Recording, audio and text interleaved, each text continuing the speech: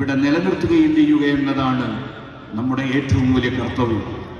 നേരത്തെ ഇവിടെ ബഹുമാനപ്പെട്ട റഈസുൽ ഉലമ സഹീഹുൽ ബുഖാരിയുടെ ഒരു ഭാഗം ബർക്കത്തിന് വേണ്ടി വായിച്ചപ്പോൾ നമ്മളവിടെ കേട്ടു, ഖൽഖുൽ അഫ്ആലിനെ സംബന്ധിച്ചുള്ള ഒരു വാചകം കേട്ടു.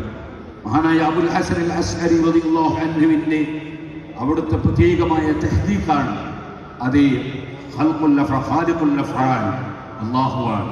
എല്ലാ വസ്തുക്കളെയും ഖാലിഖു കുല്ലി ശൈ, സർവ്വ വിഷയങ്ങളെയും സൃഷ്ടിച്ചവൻ അല്ലാഹുവാണ്. അതുകൊണ്ട് തന്നെ അല്ലാഹു സുബ്ഹാനഹു വ തആല നമ്മെ സൃഷ്ടിക്കുന്നു, നമ്മുടെ പ്രവർത്തനങ്ങളും അവൻ സൃഷ്ടിക്കുന്നു. എല്ലാം അല്ലാഹുവിങ്കൽ നിന്നാണ്. കുല്ലും മിൻ ഇൻദില്ലാഹ്. ഇതാണ് സുന്നത്ത് ജമാഅത്തിന്റെ വിശ്വാസം.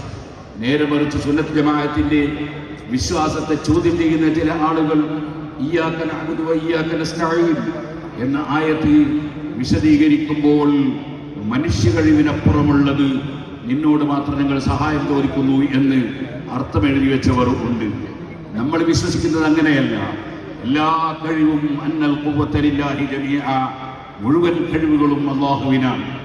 ഏതൊരു മനുഷ്യനും ഏതൊരു സൃഷ്ടിക്കും അല്ലാഹു സുബ്ഹാനഹു വ തആല അപ്പോൾ കൊടുക്കുന്ന കഴിവുകളാണ് ഉള്ളത്. ആ കഴിവുകൾ അല്ലാഹു സുബ്ഹാനഹു വ തആല നൽകുമ്പോൾ അവർക്ക് ലഭിക്കുന്നു എന്നല്ലാതെ ഒരിക്കലും ഖാലിഖുൽ അഫ്ആൽ അല്ലാഹു അല്ലാതെ വേറെയില്ല എന്ന് വിശ്വസിക്കുന്ന അഹ്ലുസ് സുന്നത്തി വൽ ജമാഅ.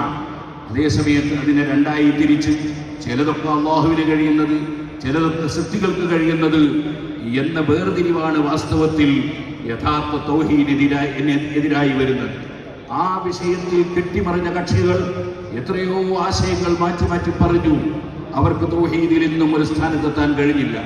അതേസമയത്ത് പരിശുദ്ധ അഹ്ലുസ് സുന്നത്തി വൽ ജമാഅ തൗഹീദ് മുതൽക്ക് സർവ്വവിശ്വാസങ്ങളിലും മഹാനായ ഇമാം അബുൽ ഹസൻ അൽ അശ്അരി റളിയല്ലാഹു അൻഹു, അബൂ മൻസൂർ അൽ മാതുരിദി റളിയല്ലാഹു അൻഹു, അവർ രണ്ടുപേരും ഇമാം സുബ്കി റളിയല്ലാഹു അൻഹു അവിടുത്തെ നൂനിയയിൽ പറഞ്ഞതുപോലെ 4 മദ്ഹബിന്റെ അയിമ്മത്തിനെ പിന്തുടർന്നുകൊണ്ടാണ് അവരെല്ലാം ഇവിടെ അഖീദ പ്രചരിപ്പിച്ചിട്ടുള്ളത്.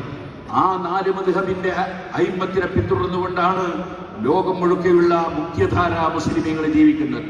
ആ മുഖ്യധാരാ മുസ്ലിമീങ്ങളുടെ ജീവിതത്തിൽ നിന്ന് അവരെ വെട്ടിമാറ്റി മുസ്ലിം സമുദായത്തിൽ ഭിന്നിപ്പുണ്ടാക്കിയവരാണ് യഥാർത്ഥത്തിൽ ബിദ്അത്തുകാരെന്ന് പറയുന്നത്.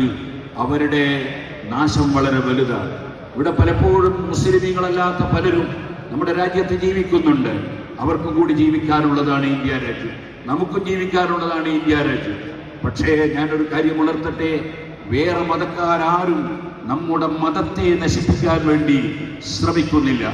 കാരണം അവരാരും ഖുർആൻ ഓതിയിട്ട് നിസ്കരിക്കേണ്ടത് നിങ്ങളിപ്പോൾ നിസ്കരിക്കുന്നത് പോലെ 5 നേരമല്ല 3 നേരമാണെന്ന് ഇവിടെ ഒരു ഹൈന്ദവനും പ്രസംഗിക്കുകയോ പുസ്തകം എഴുതുകയോ ചെയ്തിട്ടില്ല.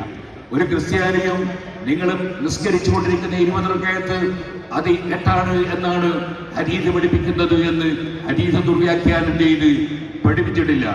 അതുപോലെ ഒരു വിശ്വാസത്തെയും കർമ്മത്തെയും അതിനെ അട്ടിമറിച്ച് അള്ളാഹുവിന്റെ ദീൻ അട്ടിമറിക്കുക എന്ന പരിപാടി ഇവിടെ വേറെ മതക്കാരും ചെയ്തിട്ടില്ല.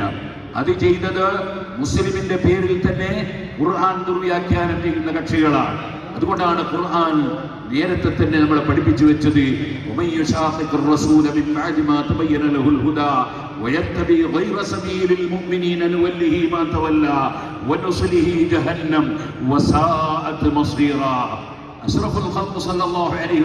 പിന്തുടരുന്നവർ.